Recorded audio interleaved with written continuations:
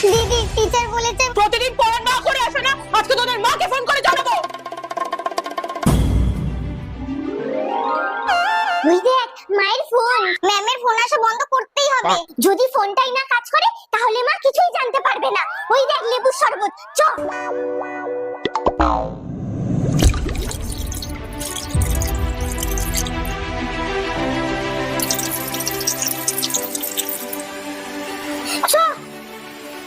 এটা তো গেছে, ম্যামের ফোন আর ঢুকবেও না। চ।